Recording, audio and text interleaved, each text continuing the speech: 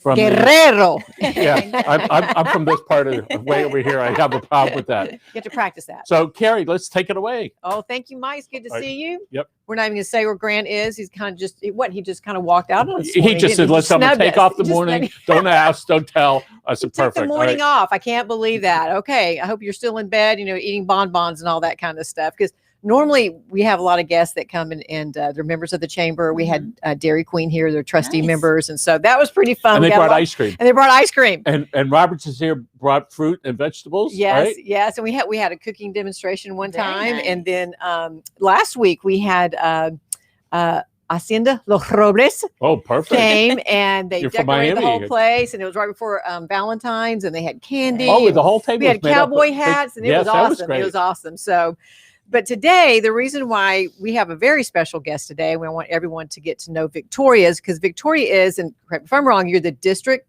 director of SBA. Yes, that's correct. For the South Florida district, which is everything from south of Orlando all the way to the Keys. So SBA has always been important to small businesses, obviously. Mm-hmm. But in these last 11 months, we have found that I don't know what we would do without SBA. I mean, you guys have been pushed into the forefront and said, help everybody all at one time. And so really wanted you to talk again, give us a refresher course on in this season that we're in, all the different opportunities that our small businesses have. We always need to hear this. I'm amazed, even now after 11 months later, I'm hearing folks saying, I don't even know anything about the PPP. It's like, how did you not know this? So share with us a little bit about your disaster relief program, first and foremost. I'm happy to do so. So first of all, thank you so much for having me here. It's a pleasure and an honor. Thank you very much.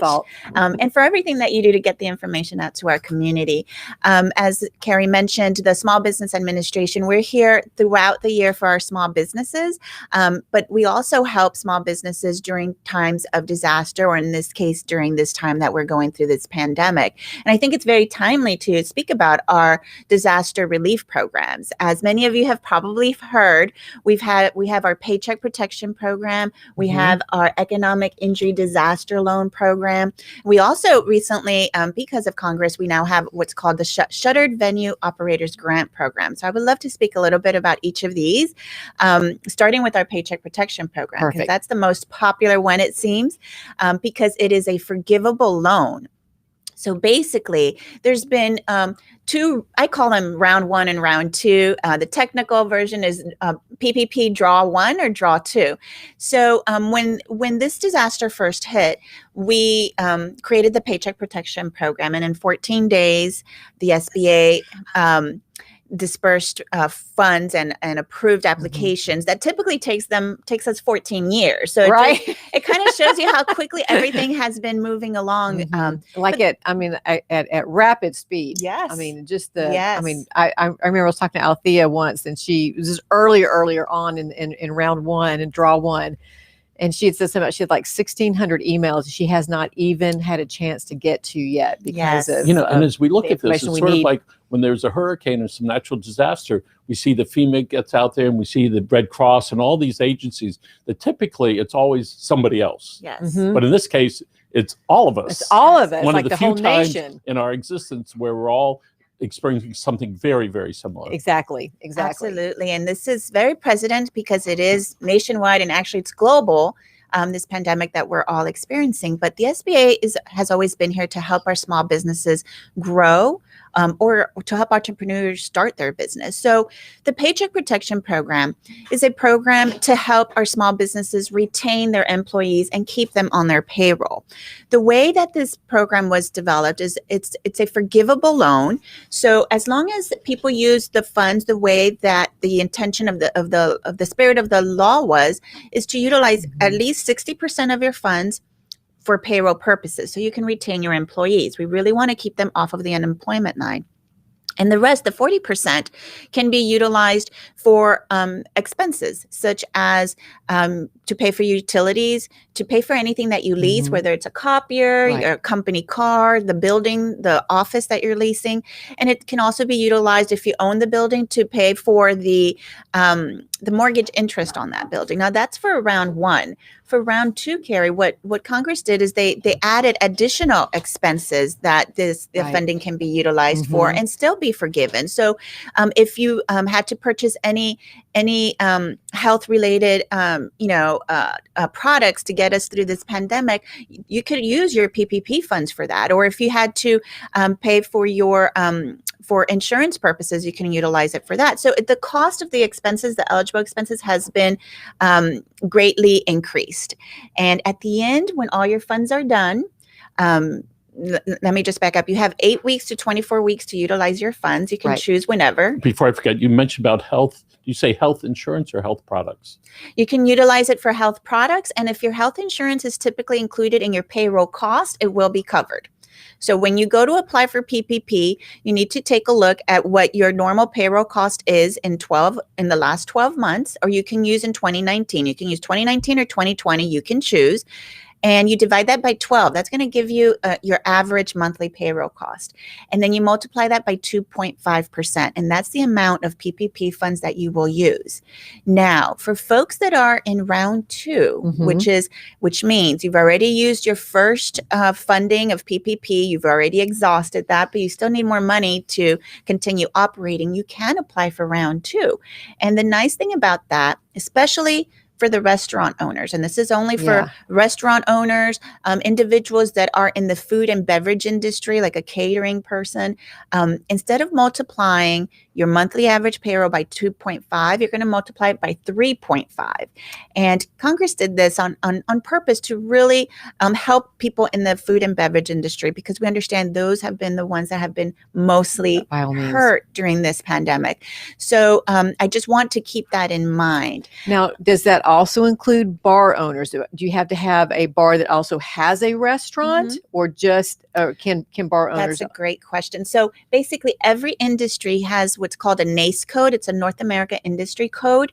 And if your code starts with 72, you're included in that. That's new. I did not know that. And one of the great things we understand in the last 13 months is how we entertain ourselves. We say we're going out to dinner, we're going to go to the movies, and it was great that that includes the things that help us feel good about what we do. And that's tremendous that the restaurants are suffering, obviously, have something extra. Absolutely. Going out to eat has just become a way of life in America, whether it's, at a fast food restaurant or a sit down, elegant dining and everything in between. And that has become such a part of our culture. It's become a part of our business culture as well. And when so many had to shut down for indefinitely, ultimately, or some of the ones were able to reopen with drive-through and with delivery, there's still some of those restaurants that they just don't really fit in that category. They're come in, sit down, we're going to pamper you. You're going to have a great meal. You're going to have this awesome experience. And to order it and come by and pick it up and take it home is not the same experience as those folks who have really, suffered tremendously. And here in Miami, we have a lot of those kinds of restaurants here. And especially knowing that also tourism, obviously, tanked on us as well. So those folks, this is why, Michael, that Grant gives me a hard time about this, shop, drink, dine local, all things local, everything that you can do to think local first. If you just can't access it, then go to Amazon, do whatever you have to do, and buy it from someone else. That's fine. You're still helping as long as you can keep it in America. At that point, we're say do everything you can to keep it in America to get us up back and running. And let's face it, we become we're global now. And there are just some things that, we don't even make here anymore in the United States. And so we go outside for, but our goal is to think local first, then go outside of your local community if you have to, and then go outside the United States if you absolutely positively have to as well. But the goal is to get America back on track again. I think that's absolutely lovely. And here at the SBA, we always say support your local businesses, because it's money that you're infusing back into the community at the end of the day. So we are also with you when it comes to that. And I think it's also important to note that, the SBA is here obviously to help with, access to capital. But for those businesses that are struggling, something that my office has created is, we have a webinar series that talks about how to pivot in challenging times. And it kind of walks you step by step. It's a six series webinar, and it breaks it down. It helps the small business owner understand their numbers, where they're at, whether they should move forward or close shop, how they can pivot and be creative. A lot of restaurants before the pandemic, they never did takeout. Right. And now they've been pivoting, they've been doing takeout. So there's the opportunity to look behind what you normally do and see how else you can expand. And we take them through that process in our webinar series. So I just wanted to let everyone know that SBA is also here to kind of hold you and strategize with you and help you understand ways that you can continue to grow your business, even during challenges times like this. So everyone can go to sba.gov/South Florida, and you're going to see a calendar of all the webinars. They are at no cost, and folks can come and join us. We have them in English and in Spanish. We live in South Florida, so we try to do everything bilingual, and we're always going to be here for our small businesses. One of the things we recognize about small businesses, they want to be able to talk to somebody. They don't want to have to necessarily talk to their wife, all right, or husband, all right? Or their CPA. Yes, all right. So, but they want to talk to somebody that fresh ideas that they can really bounce ideas off. So I'm delighted that the SBA has some of those classes, if you will, on how to look forward. Absolutely. We have our resource partners that they work hand in hand with SBA. Those are folks like the Small Business Development Center and in our FIU campus. And this is throughout the nation that we have resource partners. We also have our SCORE chapters that are wonderful. I was gonna ask you about that. They are absolutely wonderful as well. And we have our women business centers. We have our veterans business centers as well. So we have various resource partners that our small businesses can work with as well throughout the year. So, my bottom line and my message is always to let our small businesses know that you guys are not out there alone. We are always here. There's a network of people here to help support them and grow them. Would you tell folks what SCORE is? Absolutely. SCORE is a wonderful organization. They are created out of volunteers who have retired from their industry. So they have loads and loads of knowledge. And every person has different industries that they're experts on. So many times when we have someone who wants to start a business or grow a business, we refer them to SCORE or to small business development centers. And what SCORE particularly does is they assign them to a SCORE counselor, and they will work with them hand in hand from beginning to end. If you're just starting out, they will take a look at the market for you. They will help you with your business plan. Any questions that you have, they will help you and grow your business with you. So they're wonderful to work with. And how much is that? It's at no cost. Free. It's at no cost. And I want to go back to the webinars because, we're all the way down in South Dade, and your business center is up at FIU. And that's quite the hike to, from a business owner in South Dade, especially for all of this that was been going on. The traffic was pretty bad as well going northbound. Like, I was amazed at how light the traffic was today. They fixed one little place over there at Killian where you don't have to merge and then open back up again. It's made all the difference in the world, right? So, but for a business owner, especially a small business owner, sometimes they're the only one. Sometimes there's a CEO and the janitor and everybody in between. And to get up there was kind of difficult.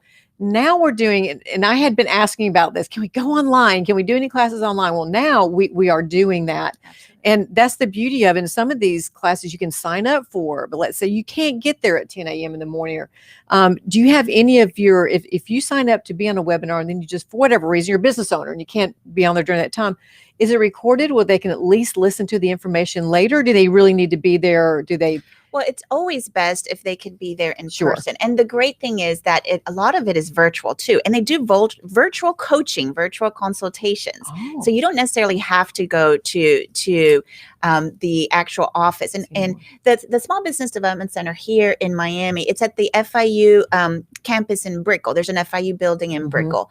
And we have another one in Florida Atlantic University as well. They're usually attached with universities throughout the nation wherever possible. So you don't have to be there in person. You can join virtually. But when it comes to the trainings and the webinars, it's always best to attend if you can. I don't know how each SBDC works. Okay. I don't know if they're recorded recorded and they send it to them afterwards. It all depends on the particular program. And I do want to say, because I don't want to mislead people, when it comes to SBDC, many of their webinars are at no cost, but some do have a very small cost to it. It can be $10, $15, $20, things of that nature. And worth every penny. Worth every penny. Exactly. And same thing with SCORE, but the coaching, the one-on-one, that is at no cost. Mm-hmm. And that's the most valuable part of it, right? When we started in business, we went to SCORE and we worked with these gentlemen, and now I'm one of the gentlemen. I love it. You're one of the mentors. I do want to say some folks are watching. They said hello, Miss Urban, Marcos Garcia, Sylvana, Nick Angeles, Eduardo Martinez, Gabby Barbosa, Courtney Miller, Bob Feldman from the local business. You know Bob. No, Bob Cheryl well. Martin. So one of the things that we do know is when things are live, there's something that happens to our psyche. Absolutely. If you were to watch a show on TV and it's live, you know it's live. You know it's not fixed up. You know it's not doctored up. And we all knew that when we started doing things live. Facebook was the one that said they pay more attention to the live thing. So I would urge people to do that because it really makes you make a commitment to be there. Right. Exactly. And I was on a live one yesterday, not with that, but another thing. And I was delighted to be there to participate. Because it's just real and people know it. And then you can participate on all sorts of levels. And you also make a connection there that you can't with something that's been recorded. And that is important for everyone to know, especially as a local business owner, small business owner, being in the community, being connected to the community, being connected with other community leaders as well. There's something that happens in that moment that you would miss if you're just going back and listening to it recorded later on. So it's like watching the rocket ship go up live. Exactly. Versus going back a month later and you go, oh, I already know about it. Yeah, right. Exactly. I do want to shout out to the folks down in Redland. Schnebley's, is that how you pronounce that? Peter Schnebley. All right. Yes. He's doing a great job down there. Some folks were out RF Orchids the other day. So we had an amazing event there last week. It was wonderful. We were all doing all of our CDC guidelines and all that kind of stuff. But it was under their Grand Shiki hut over there. Bob Fuchs, again, talk about what a success story of his family selling orchids on the side of the road to where they are to now. Literally, the Fuchs are world renowned in the orchid industry. I mean, world renowned. And so we had Althea came in. She's our local liaison for SBA. She's been amazing, by the way. She's been amazing. And she talked about some of the stuff that we're talking about now to a group of people, like 80 people there. We're also talking about the Redland venue ordinances that the county has passed down in the last month or so.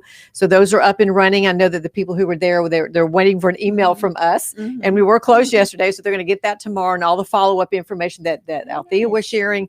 Charles LaPrade from the county was sharing. He's our ag manager. We had a representative from Commissioner Cohen-Higgins' office, from Commissioner McGee's office, Mayor Levine Cava's office, all there. And again, I mean, people walked away saying, thank you for doing this. Thank you. Because it's challenging right now as we go live. And there are some commercials that I'm seeing on TV. Be strong. We're almost there. Yes. All right. And when we start to see the help that is there, and we start to see that the sun is rising, and we see the SBA doing a real outreach program, and I think it's important for us to be able to do that, and because we reach a lot of people. I hope you come back, right? So we can really talk about it, because that need is now, and people want somebody to pat them on the back. All right. Even if it's just virtually, say, we understand what you're going through. We're here to help you. What can we do? And to have that conversation with them. What I just was thinking, though, the SBA is not so much the light at the end of the tunnel. You are the light in the tunnel. I mean, you really have been that light. And I have been connected with them the last several months more than ever before. So can you tell us a little bit about your Shuttered in venue? And I'm slaughtering the name of it because I've heard it said different times. But we need to hear about that, especially in the Redland, because we have so many venues that would fall under that category. And it's grant money. So. Yes. This is something that Congress created in this round. So, I want to say thank you to all of our legislatures, and I'm sure our small businesses thank them as well. So it's called the Shuttered Venue Operators Grant. Okay. And it's a wonderful program that it's entitled for individuals that have had to shut their business down completely because of the pandemic that we're in. Basically, it's $15 billion that have been set aside. to help these industries, and this is nationwide. If I remember correctly, $2 billion of those funds are also set aside for businesses that have less than 50 employees. And the businesses we're talking about are those that have been shut down completely, such as theaters. We have zoos, we have aquariums, any of these types of industries that have been completely shut down, musical performances, the promoters themselves, these type of industries and small business owners can apply for this particular grant. It is a grant, so it does not have to be repaid. But something that folks need to think about, Kerry, is that if you apply for the grant, you cannot apply for the PPP. Right. So It's say that one more or the time, other. please, so that people understand. Yes, if you apply for the grant, you cannot apply for the PPP. You can apply for the grant in our economic injury disaster loan, which I'll talk about in a second. But you cannot do the Shuttered venue grant or the SVO grant and PPP. It's either one or the other. So I always encourage people to kind of take a look at the programs and see which one would benefit you the most. The PPP is a forgivable loan. So in essence, it can be a grant if you use the funding the way it's meant to be used. And the Shuttered Venue Operators Grant, it is a grant that you do not have to pay back. Now, in the PPP, especially in the second round, you say it's for a forgivable loan. Is there a max on that? I believe for the PPP, I believe is up to $2 million, depending on where you fall and what industry that you're in. Okay. For the Shuttered Venue Operation Grant, what's really neat about this program is that the way it's going to be rolled out is that it's going to go on a tiered approach. So they're going to take a look at the industries that have been hit the hardest. So those that have lost 90% of their revenue or more within the first 14 days of this program being rolled out, they're the ones who are going to get the funding. Nice. And then after that's going to be tiered down. So those that have 75% of revenue loss or more will go ahead and get the funding. And then it'll go down to 70% and then 25% of revenue loss or more. And then they can go ahead and get. So it's actually going to be in a tiered approach. Okay. Now, the $1 million question, Kerry, that everybody has been asking is where do I go to apply and when can I apply? And unfortunately, I don't have the answer at this time. The SBA is still working through all of the details on where the application is going to be and when it's going to be available. But to learn more about our program, you can go to sba.gov /coronavirus funding, and then you just scroll all the way down and you'll see all the different programs we have. And you can learn about each of those programs there. What I encourage people to do in the meantime is just to get your finances ready, because whatever you're going to apply, excellent point. You need to make sure that you do the application correct and you have all of your numbers ready to be able to apply right away and submit your applications right away. How many years of financials do they need to have to apply? I believe it depends on the program, but I would say probably 2. In some instances, they may need 3, but we're really looking at 2019, 2020. And remember, the spirit of all of these programs is you have to show proof that you are still losing revenue compared to pre-pandemic. So that's one of the things that the reasons why they might ask you to take a look at your statements, at your financial documents, at your gross receipts. You just have to show proof. So for example, with PPP round 2, one of the criteria is that you need to show a 25% loss in revenue this year compared to 2020 or 2019. If you do have that 25% loss of revenue in any quarter, you can choose the quarter, then you can go ahead and qualify and apply for PPP. It's only been in the past 13 months that I realize how many people are artists of sorts. All right. And that's from dancers to musicians to creative people to people that do things like this. And their need and desire to get back on stage is just huge. And I'm sort of just imagining the first time there's an opening where they can get up and express themselves. And we had some young artists, they happen to be dancers here not too long ago. You could see that the urge to get back in front of an audience to be able to do that. So I'm delighted that you're able to help take care of that. Because all of these venues, what they have these attaching businesses that are very dependent upon them as well. Let's say, go back to theater. You have the makeup artists and you have the producers and you have the set producers and all of those people, a lot of them are LLC or you know, sole proprietor, kind of they're self-employed. Mhm. And so the hit has been massive, especially when you talk about an area like Miami, and everyone is you know, we're all about culture. We're all about, you know, the arts and entertainment, all about So entertainment. So, the folks from the South Dade Cultural Center came out about 2 months ago, Mhm. and they made that exact point. mhm. You know, you could be the person you don't have to be on stage. You have all those things that are connected to that, all right, which are the people that design it, that help write the music, that help sing along. And so we look forward to that whenever that's going to be. And so I'm glad you're there to help those people. And by virtue of that, we recognize that people that write are artists, people that sing, Mhm. people that produce shows, and to Yes. be able to put some creativity to it. That includes, by the way, people that put on weddings, all right? Exactly. And that design cakes and design Exactly. food. Photographers, when ballet my partners, wife, you know. when she cooks, I'll say, the first thing I say is, those colors are beautiful on the food, right? Very wise man. Very Yes. wise man. 38 years. All right? Very wise No, man. no. Exactly. So before we wrap up, and one thing I want to say is that this is what the value of a good chamber is, and we have great chambers all throughout Miami-Dade County, is that we have these partnerships for our members. So from day one, I mean, we were pushing out information. We closed our office. We started working from home.